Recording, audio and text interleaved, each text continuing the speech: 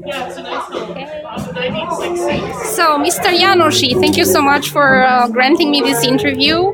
I was wondering, you as an end user of closed captioning, what's your experience with closed captioning in Canada?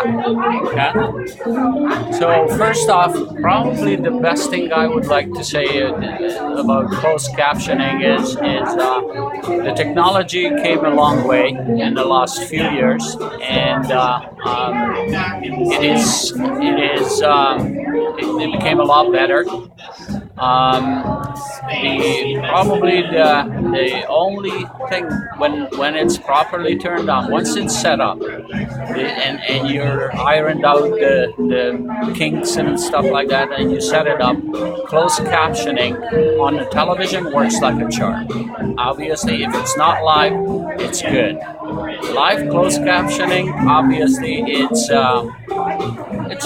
got a ways to go, obviously, because what happens is many times, especially myself, who's hard of hearing, but I can also hear and I read lips, and with the hard of hearing, the visual aspect is very important. So when you're reading lips and you're also looking at the closed captioning, it's fairly important to be in sync without the delay. So probably the delay is the biggest focus that needs to be taken into consideration to become a little bit better. The industry aims for 3 seconds delay at the most, but often they cannot reach that. So, how does it affect you? So sometimes what happens is because of the reading the lips in real time, and then hearing, and also having hearing. Like I'm not totally profound deaf. I'm just hard of hearing. So with the delay that I hear, if there's a 3 seconds delay, that's quite a lot of delay, and then it becomes a little bit confusing because what I read on the lips is totally different from what I actually hear or read. And if I was totally just reading, so for a deaf person or a profound hard of hearing person, it's probably not a bad idea. It's a good thing to have the 3 second delay.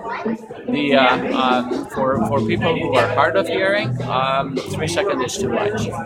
If you would have the chance to speak to somebody in the industry who deals with ruling closed captioning, what would you tell them?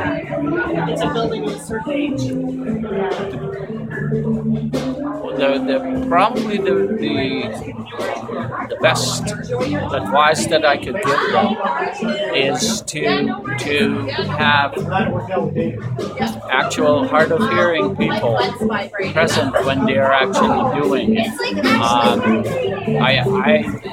Through my life, I was in research, and I know that best research is actually having people who are affected the most involved in the research.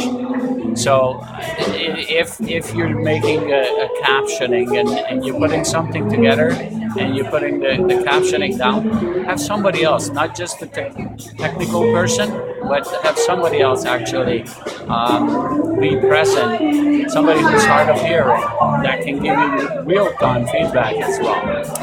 Right now, every broadcaster has its own set of rules when it comes to closed captioning.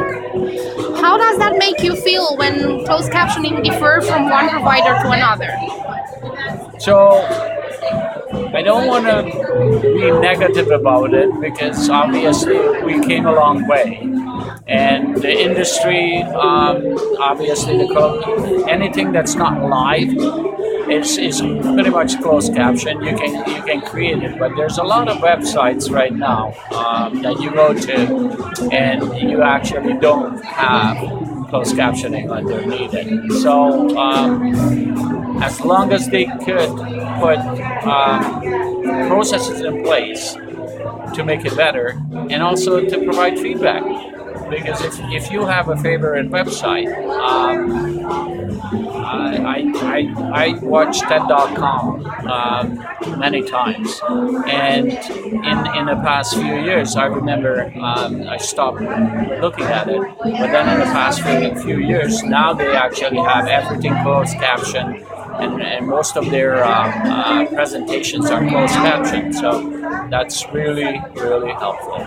So, how optimistic are you for the future with this technology just coming out every day?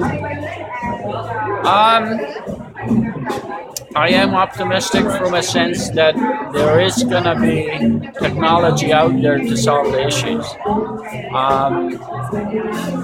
How the technologies are going to work together and playing well in the same sandbox, that's a question. That's a bigger question. I come from the IT industry in my professional life, so I do know that Microsoft and Google and Twitter, social media, Facebook, even though each of them do the right things, they're still competing against each other. So it's everybody's going to push their own technology, and hopefully there's going to be somebody who advances the solutions that much more. And it's actually, I'm not saying competition is all bad. Competition could be good and bad. It is bad when people are when people are not standardizing on a solution. But on the flip side of it, it's also good because one raises the bar for the other. Thank you very much for your time. All right.